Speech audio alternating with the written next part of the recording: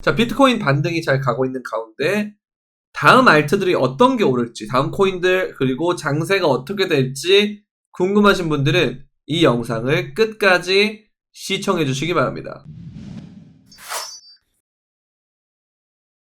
네, 안녕하세요. 끝판대장입니다. 오늘도 구독과 좋아요, 알림 설정 그리고 댓글까지 부탁드리겠습니다.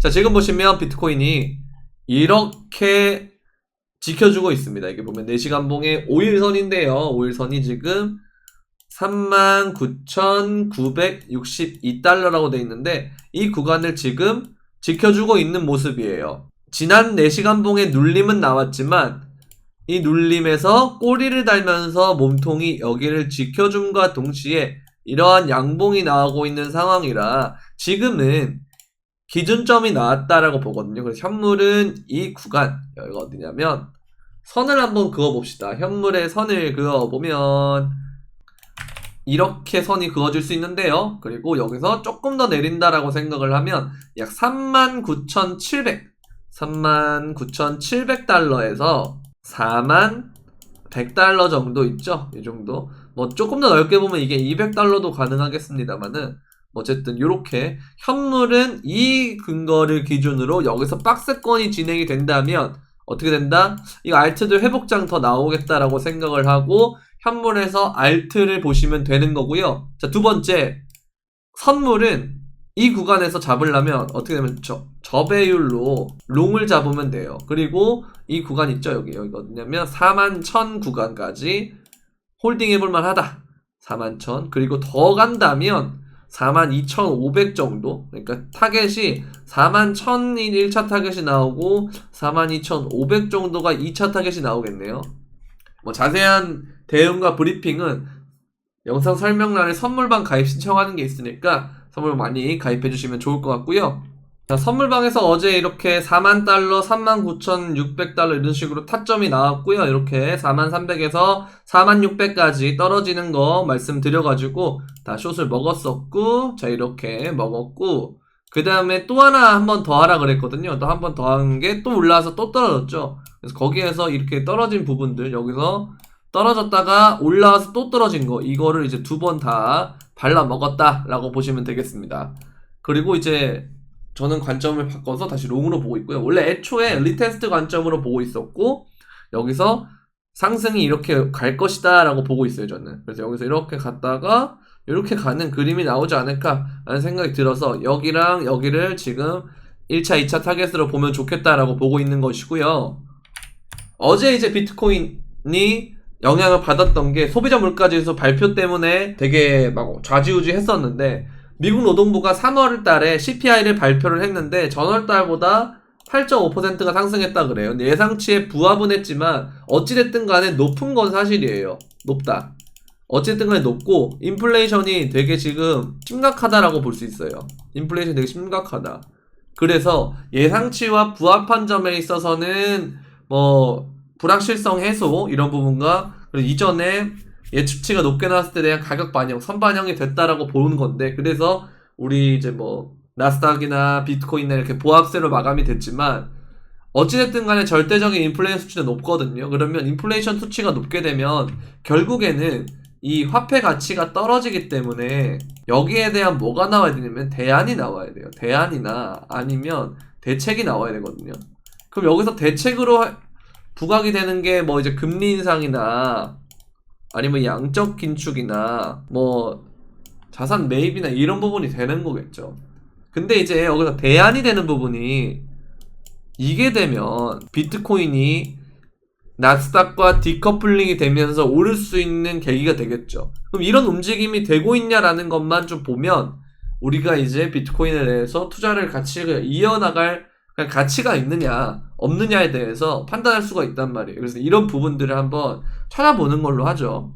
근데 때마침 여기저기서 들려오고 있어요. 자, 덴마크 최대 은행인 단스케뱅크가 37년 만에 인플레이션이 최고치를 기록하면서 바로 나오죠. 암호화폐가 반사이익을 얻을 수 있다라고 전망을 했어요. 현재 덴마크가 1980년대 중반 이후에 볼 수 없었던 인플레이션을 경험을 하고 있는데 식품, 미상품 가격이 상승하고 있고 러시아 원유와 가스가 접근 제한이 돼 있어서 가까운 미래 인플레이션이 더 심화될 수 있다. 그러니까 더 오른다는 소리예요. 그리고 젊고 덜 부유한 사람들이 큰 영향을 받는다. 당연하죠. 이런 생필품이나 이 사람들은 자산이 없기 때문에 소득에 의존을 해야 되고 이 소득에 대해서 실질적으로 영향을 받는 물가 지수들이 계속 오르고 있기 때문에 이런 부분들 영향을 많이 받는다 이거예요. 그래서 이 같은 경제 흐름으로 인해서 암호화폐 시장이 이익을 얻을 수 있고 시총이 증가하고 있고 비트코인 가격이 높은 인플레이션의 영향으로 상승할 수 있다라고 돼 있어요. 근데 지난해 5월은 비트코인이 조잡해지고 있고 그 증거는 급락이다라고 지적을 했었어요. 그래서 나름 괜찮은 전망이었다는 거죠. 그리고 이후에 5월, 6월, 7월 달에 암호화폐가 쭉 떨어졌으니까 나쁘지 않다라는 거예요. 그래서 이 은행이 전망을 했었는데 이번에는 비트코인이 반사이익을 얻을 수 있다라고 보고 있다는 거죠. 그래서 이런 부분들이 또 있고요. 그 다음에 바네크 총괄이 인플레이션이 사상 두 자릿수에 사실상 도달을 했고 이래서 중앙은행은 실패했다라고 보는 겁니다. 그래서 몇 년 전만 해도 이런 숫자는 베네수엘라, 아르헨티나, 그리고 짐바브웨 등에서만 나오는 신화적인 이야기였다. 그런데 중앙은행들은 실패했다. 플랜 B의 시간이다. 양적 완화 정책이 어떻게 됐다? 실패로 됐다는 거예요. 양적 완화 정책이 실패로 됐다. 그래서 이거에 대한 대안이 있어야 되고 이것은 바로 뭐다? 비트코인 될 것이다. 이렇게 보는 거예요. 물론 얘네들은 ETF를 신청하고 있는 쪽이기 때문에 당연히 비트코인을 대안이다라고 생각을 하고 있겠지만 그래도 이런 부분에 대해서 다른 곳들에서도 그 목소리가 나오고 반영이 되고 있고 움직임이 나오면 점점 인식이 개선이 되고 있다라는 거거든요. 그렇게 되면 비트코인이 지금 상황에서의 구매는 굉장히 저평가되어 있는 상태에서 구매를 한 거일 수도 있다라는 겁니다. 그렇게 보면 되겠어요.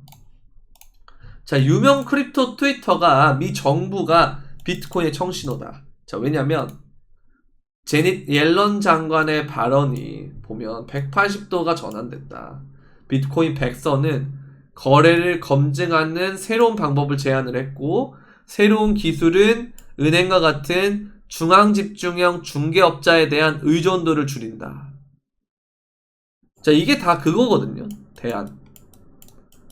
대안이고 그 다음에 탈중앙의 형태로 잘 돌아간다는 거예요. 이런 식으로. 그러면 이런 개념이 되면 청신호가 맞죠. 아까 바네크 총괄이 얘기했던 것과 같은 맥락으로 이렇게 이어진다는 거. 옐런까지도. 그래서 이런 부분들을 보게 되면 인플레이션에 대한 대안이 정말로 비트코인 될 수도 있겠구나라는 그런 5%의 생각만 하면 돼요. 여러분들은. 왜? 기관이 아직 5%를 투자하지 않아요. 비트코인에. 얘네가 비트코인에 5%씩만 투자하면 돈나무가 비트코인 50만 달러까지 간다 그랬거든요. 모든 기관들이 5%만 투자하면. 그러면 우리는 5%보다 조금 높게만 내 포트폴리오에서 비중에다가 암호화폐를 넣어도 된다는 거예요. 그런 개념으로 가면 된다는 거죠. 아니면 기관보다 조금 더 보수적으로 하려면 조금 더 적게 가거나 아예 투자를 안 하거나 떠난다는 생각은 조금 아이러니한 생각일 수 있다는 거죠. 자, 그리고 적절한 금융 서비스 부족에 대해서 나이지리아가 암호화폐 수요가 급증하고 있다. 이런 나라들이 지금 되게 많아요. 변방 국가들 있죠. 얘네들이 암호화폐에 대한 수요가 어느 순간부터 계속 올라가는 시점이 됐고 이 압력이 작용이 되고 얘네들은 인구가 많거든요. 인프라는 제대로 되지 않았지만 인구가 많아서 얘네들이 단체로 이렇게 압력을 넣어주면 위에 국가들과 선진국에서도 이 흐름에 대해서 귀를 기울일 수밖에 없다는 거예요. 그리고 얘네들을 파일럿 시스템을 개념으로 테스트 베드 형태로 볼 수 있다는 거죠. 그래서 성공 사례가 나오면 당연히 위의 국가들도 도입을 고려할 수밖에 없겠죠. 그래서 이런 부분들 보면 법정화폐 가치가 지속적으로 하락이 된 국가에서 통화가치 하락에서 금과 석유, 주식, 부동산 등 전통적인 자산보다 인플레이션 대응에 대해서 비트코인이나 암호화폐들이 훨씬 더 합리적으로 대응할 수 있는 투자 자산으로 인식을 하고 있다는 거예요. 달러는 무너지지 않아 라는 그런 아이러니한 생각들, 그냥 너무 아니란 생각들, 이런 부분들이 언젠가는 균열이 나면서 깨지게 되면 모든 국가에서 이기게 되는 겁니다.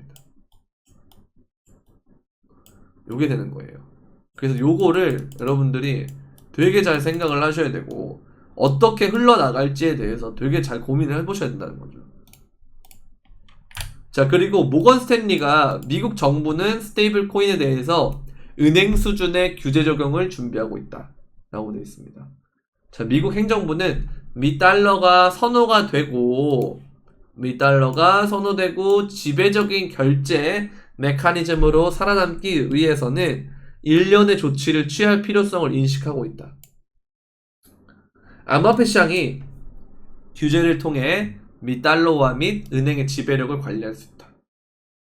그러니까 이게 지금 점점 달러의 패권이 무너지고 있는 상황이거든요. 그럼 미국은 이걸 잡기 위해서는 새로운 대안을 통해서 CBDC의 개념이 되겠죠.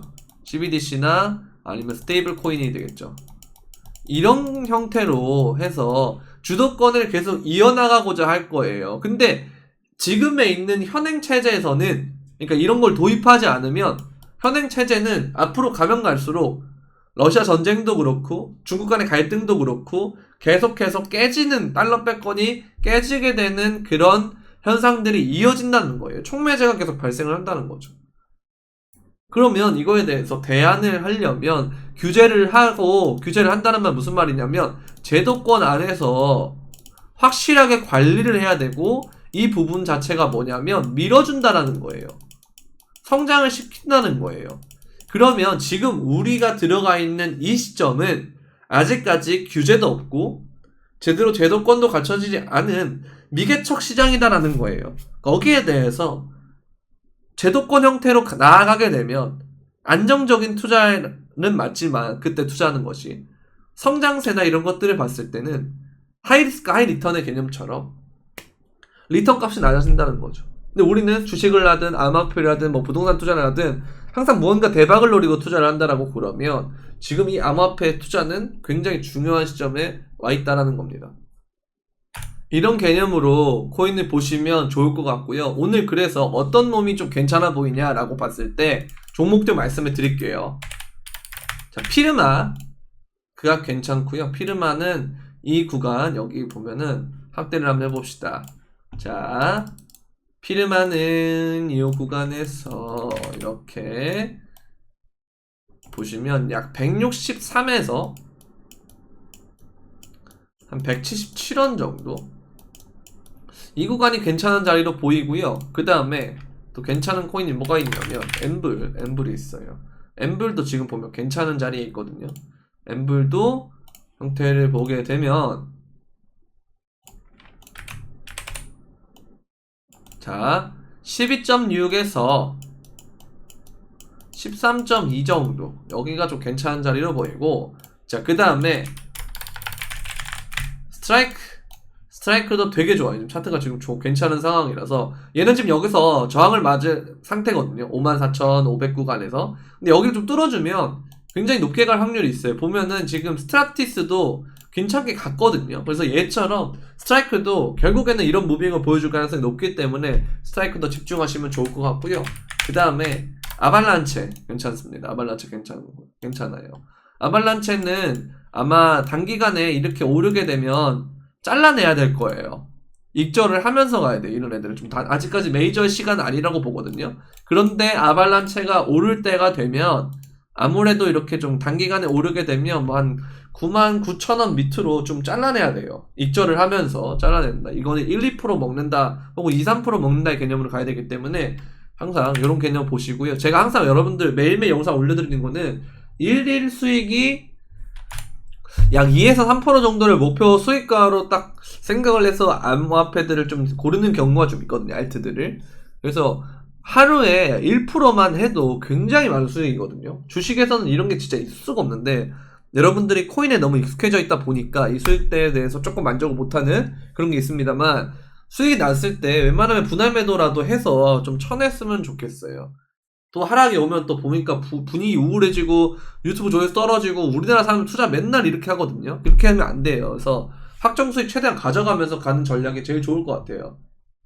그래서 뭐 세밀한 장투나 이런 것들은 멤버십에 이렇게 오시면 많이 제공을 하니까요. 영상 설명란에 있는 가입 신청 링크나 아니면 제 옆에 구독하는 버튼 옆에 보면 가입 버튼 있거든요. 거기서 눌러가지고 멤버십 들어오시면 멤버십에서 아까 했던 것들 이런 것들이요.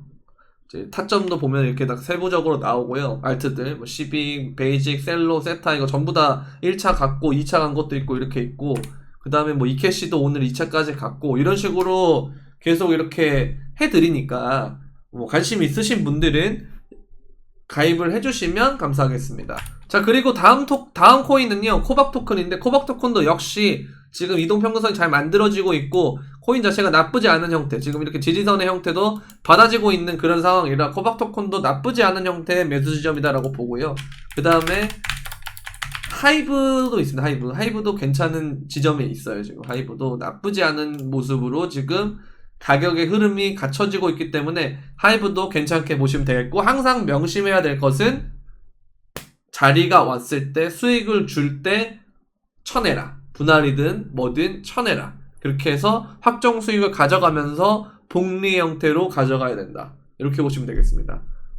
자, 더 많은 브리핑과 정보를 원하시면 영상 설명란에 있는 텔레그램 브리핑방과 정보방이 있으니까요. 많이 구독해 주시면 좋겠고, 이 영상이 도움이 되셨다면 구독과 좋아요, 알림 설정, 그리고 댓글까지 부탁드리면서 그럼 안녕.